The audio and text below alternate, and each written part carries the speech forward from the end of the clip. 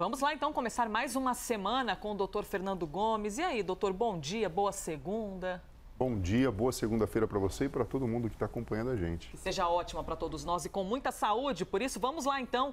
Começa agora mais um Correspondente Médico e você pode sempre participar com a gente. Vai lá no Twitter, deixa sua dúvida, seu comentário, sua mensagem, mas marque a gente, #Correspondente Médico, e aí eu consigo ver sua mensagem aqui. A gente começa o quadro de hoje falando sobre vacina, mas com os nossos olhos voltados para o mundo. Israel, que nós já falamos aqui algumas vezes, é o país que lidera o ranking de vacinação, continua ali, ainda na linha de frente, viu? Liderando isso quando a gente observa proporcionalmente para a sua população. Israel, que tem aproximadamente 9 milhões de habitantes. A campanha de imunização mais rápida do mundo ampliou a aplicação de vacinas. Então, agora eles estão vacinando jovens de 16 a 18 anos. Então, é uma novidade que a gente traz aqui para poder conversar com o Dr. Fernando Gomes. Segundo o governo, esse é um esforço para permitir o retorno desses jovens à escola e também que eles possam participar de exames e ter ali, a vida escolar devolvida. Aí já tem uma imagem para você, uma imagem diferente daquilo que a gente está vendo no Brasil, por exemplo. Jovens recebendo a vacina. Desde dezembro, eu lembro aqui a você, Israel aplicou pelo menos uma dose da vacina para 25% da sua população. E, além disso, mesmo que estejam com a campanha de vacinação, eles já estão no terceiro lockdown, desde o dia 27 de dezembro. Doutor, muitas informações em relação a Israel. É um país infinitamente menor do que o Brasil, a gente está falando de 9 milhões de habitantes, mas que tem ali incisivamente lutado para conseguir conter o avanço da doença. E agora trazendo os jovens, de 16 a 18 anos. Elis, o que a gente percebe, na verdade, é uma postura muito agressiva e o que a gente acha favorável para o combate da pandemia. Então, quando a gente fala da vacinação, que tem aí o seu recorde quando comparado com os outros países, e ainda por cima a aplicação do terceiro lockdown, a gente percebe que existe uma preocupação muito grande em termos de saúde pública para realmente combater a propagação do coronavírus. E quando a gente vê esse recorte de vacina ser ampliado para os jovens de 16 a 18 anos, que também passam por exames, feito o Enem que a gente tem aqui no Brasil, existe uma preocupação de imediato com a população, sem sombra de dúvida, para que tenham aí a proteção imune contra o coronavírus, mas também uma preocupação social e cultural a médio e longo prazo, porque essa próxima geração, que entra num período importante da vida, da sua formação, a gente está falando do ensino superior, poderia ficar prejudicada se não fosse vacinada.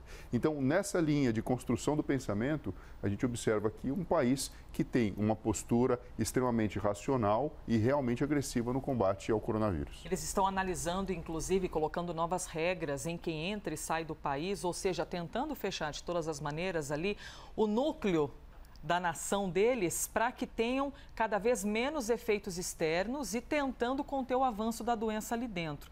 Quando a gente vê jovens, então, de 16 a 18 anos, é uma imagem que chama atenção, pessoal? Ver pessoas tão jovens recebendo a vacina. Isso facilita, doutor, para uma caminhada de uma imunização de rebanho? Não é imunização, é outra palavra. Não, imunidade de rebanho, Imunidade de rebanho. Olha só, Elisa, é assim.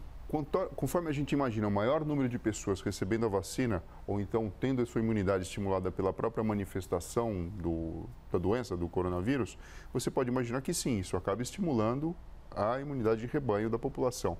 Mas, na verdade, não só pela questão da idade. Aqui, na verdade, a idade acaba sendo não o diferencial para conseguir esse determinado fim, mas sim por se associar ao maior número de pessoas, então, recebendo a vacina. Muito bem explicado pelo Dr. Fernando Gomes. Olha, já que a gente está trazendo informações de Israel, a gente vai trazer também um gráfico para você ver ali como estão as divisões em números de aplicação, o ranking da vacinação no mundo. Está aparecendo aqui no telão e quando preencher para você a tela, vai ficar, de repente, até um pouquinho mais fácil de conseguir enxergar.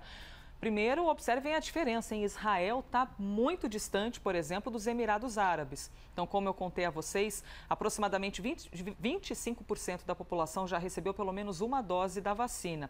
Mais para baixo vem Emirados Árabes e aí a gente tem um grupão ali mais ou menos próximo, Reino Unido, Bahrein, Estados Unidos, Itália, Alemanha, França, China, Rússia, México, Índia.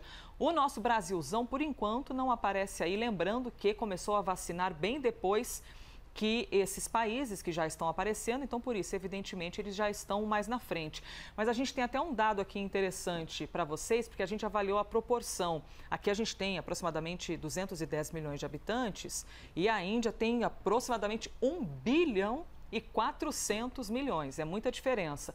Mas analisando proporcionalmente, aqui a gente tem 1 a cada 400 habitantes que já receberam a vacina, enquanto lá na Índia, 1 a cada 900 recebeu o imunizante. Doutor, a gente observando Israel ali no topo, isso é muitíssimo bom, claro, mas pode ajudar a piorar a ansiedade do resto do mundo, por exemplo, porque agora que todo mundo está aqui pertinho, né?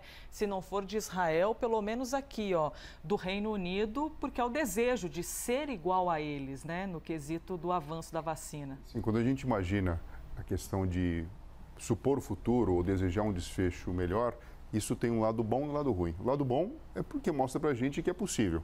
É lógico que você falou muito bem, é um país extremamente pequeno, com um número reduzido de habitantes, quando comparado... Cenário, né? É outro cenário, totalmente diferente. Mas a gente percebe que sim, é possível, porque eles estão fazendo. Então, isso pode ampliar aí a nossa expectativa e principalmente mostrar o caminho que a gente pode seguir. Por outro lado, também pode acontecer esse outro efeito, que acaba sendo um efeito colateral não muito bom, quando a gente tem algo que é muito diferente e difícil de ser atingido.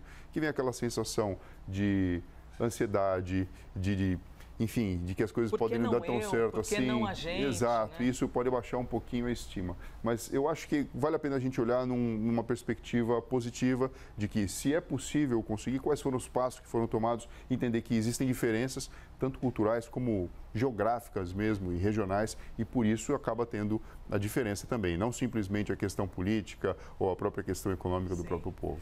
Ó, aqui a gente trouxe então para você um retrato do mundo, porque a gente gosta de trazer os diferentes cenários da Covid-19, número de casos, mortes, vacinação, recuperados, que o número de recuperados é sempre muito maior do que o de infectados, mas é claro que evidentemente chama muito a atenção quando a gente perde um ser humano para a doença. A gente vai trazer aqui algumas dúvidas. Será que elas são parecidas com as suas dúvidas? Tomara, assim você já recebe aí junto essa resposta. Vamos lá então, perguntinha do telespectador. De quem? Sérgio Donato.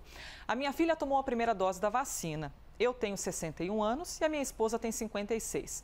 Corremos mais riscos? Ela pode exalar algum vírus que tenha no corpo? Eu achei muito boa essa pergunta, doutor, porque se ao ser vacinado a pessoa, em teoria, recebe ali o vírus, de diferentes maneiras, mas recebe, fica essa dúvida mesmo. Então, peraí, então eu estou pertinho do vírus se eu estiver perto de alguém vacinado? Eles vão fazer o seguinte, vamos dissecar essa pergunta, porque ela é uma pergunta muito interessante e ela responde a dúvida de muitas pessoas, do Sérgio e de todo mundo que está assistindo a gente.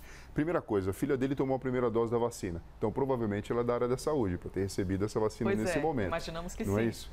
A vacina foi a Coronavac. Perfeito? Que é feita de vírus atenuados, que não são capazes de provocar doença, mas estimulam o sistema imunológico. Ele pergunta se corre mais risco pelo fato da menina ter sido vacinada, né? E se ela poderia exalar o vírus proveniente da vacina. A resposta é não. Mas o que pode acontecer é o seguinte, enquanto ela foi vacinada, ela não tem anticorpos que a protejam de uma infecção contra o coronavírus. Eles estão sendo protegidos. Se ela tem contato com alguém que tem o coronavírus, por mais que ela possa produzir anticorpos e se defender da manifestação da doença, ela pode, de alguma forma, carregar o vírus e transmitir, tanto para ele como para ela, se tiver um contato mais próximo. Por isso que a orientação sempre é a mesma. Mesmo quem foi vacinado, mesmo tendo tomado as 2 doses da vacina, tendo passado o período de um mês e ter os anticorpos aí, de alguma forma, já produzidos, precisa utilizar máscara, o distanciamento social, a higiene das mãos, acaba sendo as mesmas orientações, porque é possível que o vírus entre em contato com o corpo da pessoa. A vacina ela não provoca uma aura em volta da pessoa que o vírus bate e vai embora, não. O vírus vem, só que não é capaz de provocar doença. Entretanto, durante esse período, você pode ainda exalar gotículas que tenham o coronavírus, mesmo que numa carga viral baixa. Portanto, assim, ela pode exalar algum vírus do corpo? Sim, mas nada relacionado com a vacina e, se acontecer, ela ter contato com alguém que tenha o coronavírus. Muito bem, respondido então, hein? Obrigada, Sérgio Donato, por ter mandado a sua pergunta para a gente. A gente adora a sua participação, viu? Você aí de qualquer local do Brasil, mande a sua dúvida, assim como a Terezinha. Esse é o nome da nossa próxima telespectadora, Terezinha Barbosa.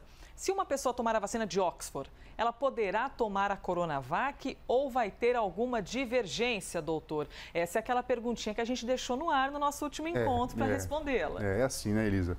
Poder pode, mas será que deve? A gente ainda não tem evidência científica, enfim, não tem trabalho feito com essa combinação. Possivelmente pode até acontecer de o sistema imunológico ser ainda mais estimulado.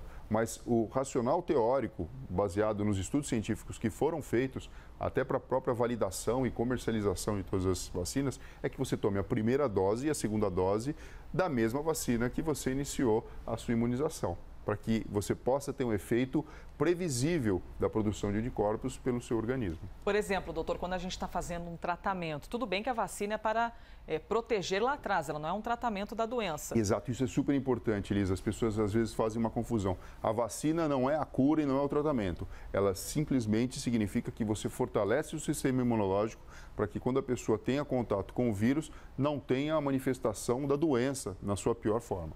Assim como um motociclista, olha eu fazendo aqui, comparações, um motociclista que anda com um capacete. O capacete não está tratando nada, ele está ajudando a protegê-lo, para caso haver um acidente, ele está um pouquinho mais protegido. Falei uma bobeira aqui, doutor, ou mais ou menos para levar em conta? É exatamente isso, é uma proteção adicional, uma proteção importante que vai ajudar a gente a atingir a imunidade de rebanho, conseguir ficar livre dessa pandemia, mas representa um dos elementos que a gente pode utilizar no combate ao coronavírus, mas não o tratamento final. É muito bom ter a dúvida de vocês, porque a gente vai discutindo aqui, o doutor Fernando Gomes explicando tudo. E temos mais uma, hein? Vou correr aqui para conseguir trazer mais uma questão. Joyce Vieira, minha dúvida é sobre a cepa mais infecciosa. Por que ela tem, aliás, é uma pergunta, por que ela tem maior disseminação? Cuidados como máscara, distanciamento e álcool não resolvem? É assim, ó. O que acontece? Conforme existem as mutações e é natural que isso venha a acontecer, o lugar onde ocorra essa alteração genética do vírus, eu digo natural porque como ele está se multiplicando no corpo de muita gente, e em linha de série, isso pode acontecer, é natural que ocorra. Se essa mutação atinge uma parte importante do vírus que impacta na entrada do vírus dentro da própria célula do corpo físico, ele vai ter uma taxa de infectividade maior, que é o que a gente observou nas variantes do Reino Unido e da África do Sul. Então fica mais fácil de transmitir. Não significa que a doença seja mais grave. Então, de qualquer forma, a utilização de máscara, distanciamento social, lavagem das mãos, evitar o contato com mucosa, acaba sendo, sim, eficiente também no controle da disseminação desse tipo de vírus. Mais difícil? Talvez, porque você pode imaginar o seguinte, um vírus que tem uma proteína spike diferente do da tradicional que a gente conhece, o que acaba acontecendo? Ele precisa de um número tal para conseguir provocar doença na pessoa. Talvez uma mutação, um número muito mais reduzido, você consegue provocar doença, ele consegue provocar doença. O que traz para a gente aí essa questão da possibilidade de se passar para mais pessoas de uma forma mais fácil. Então você precisa aumentar o seu grau de cuidado para evitar que ele tenha essa força biológica sendo então aplicada na prática. Pois é, temos de ficar ainda firmes e fortes ali em todos esses cuidados de proteção, que são as nossas armas, são as nossas ferramentas do momento. Agora eu vou trazer aqui para vocês um assunto que, puxa vida, chamou tanto atenção nas últimas horas, uma perda para o mundo, a morte de Larry King, uma das principais estrelas da CNN americana. O apresentador, caso você não o conheça, comandava um tradicional programa de entrevistas. Só que King estava internado desde o começo de janeiro, por causa dessa danada dessa Covid-19, hein? Ele tinha diabetes do tipo 2 e também retirou um câncer de pulmão. A cirurgia para a retirada do câncer foi em 2017. Dalai Lama, Elizabeth Taylor, Obama, Lady Gaga e Mandela são apenas algumas das pessoas que compõem essa lista imensa de entrevistados. Ficaram ali frente a frente com o entrevistador. A agência de notícias a Associated Press fez uma estimativa de entrevistas transmitidas e o número é impressionante. Veja só, aproximadamente 50 mil entrevistas com esse apresentador que tinha 87 anos e 60 anos de carreira.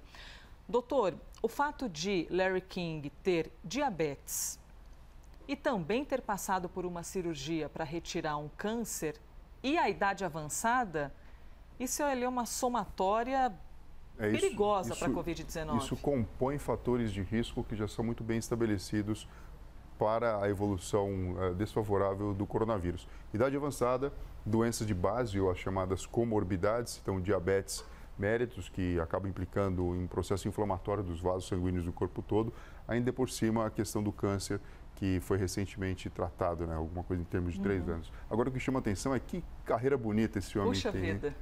Que coisa linda, hein? Entrevistar Dalai Lama, Mandela, Barack Obama, Lady Gaga, ou seja, muitas pessoas diferentes. Então, mentalmente, foi um homem que trabalhou muito, mas que, infelizmente, ali o corpo passou a perna nele e aí não teve jeito. Quando encontrou a Covid-19...